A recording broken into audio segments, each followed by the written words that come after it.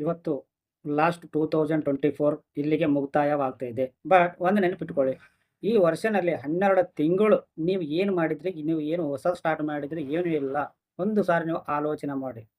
So ಈ ವರ್ಷದಲ್ಲಿ ನೀನು ಏನೋ ಹೊಸದಾಗಿ ಏನು ಮಾಡಿಲ್ಲ ಅಂದಾಗ, ಸೊ ಈ 2025ನಲ್ಲಿ ಏನಾದರೂ ಹೊಸ ಸ್ಟಾರ್ಟ್ ಮಾಡಿ. ಯಾವುದೇ ಆಗಲಿ, ಬಿಸ್ನೆಸ್ಸೇ ಆಗಲಿ, ಇಲ್ಲ ಒಂದು ಹೊಸ ಕೆಲಸನೇ ಆಗಲಿ, ನೀವು ಅನ್ಕೊಂಡಿದ್ದ ಕೋರಿಕೆನ ಅದ್ರ ಹಿಂದೆ ಬೆಳೆದು, ಅದು ಒಂದೇ ಆಗ್ಲಿಕ್ಕೆ ಒಂದು ಗೋಲ್ ಇಟ್ಕೊಳ್ಳಿ.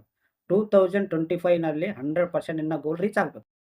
ಸೊ ಈ 2024ನಲ್ಲಿ ಆಗಿಲ್ಲ ಅಂದ್ರೂ ಪರವಾಗಿಲ್ಲ. ನೆಕ್ಸ್ಟ್ ಟೈಮ್ ಯಾಕಂದ್ರೆ ಈಗ ಗೊತ್ತಿಲ್ಲದನೋ ಟೈಮ್ ವೇಸ್ಟ್ ಆಗಿದೆ. ಸೊ ಮತ್ತೇನೆ ಆ ಟೈಮ್ ವೇಸ್ಟ್ ಮಾಡೋಕ್ಕೆ ಹೋಗಬೇಡ. ನೂರಾರು ಕನಸುಗಳು ಇಟ್ಕೊಂಬೋದಕ್ಕಿಂತ ಒಂದು ಗೋಲ್ ಇಟ್ಕೊ 2025ನಲ್ಲಿ. ಪ್ರತಿ ಒಂದು ವರ್ಷದಲ್ಲಿ ಏನೋ ಒಂದು ಹೊಸದಾಗಿ ಆಗ್ತಾನೆ ಬರಬೇಕು. ಯಾಕೆಂದರೆ ಹೊಸದಾಗಿ ಬಂದಾಗಲೇ ನಿನ್ನ ಜೀವನ ಬದಲಾಗುತ್ತೆ. ನೀ ಏನೂ ಅದೇ ಥರ ಇದ್ದಂಗೆ ನೀನು ಬದಲಾಗೋದಿಲ್ಲ.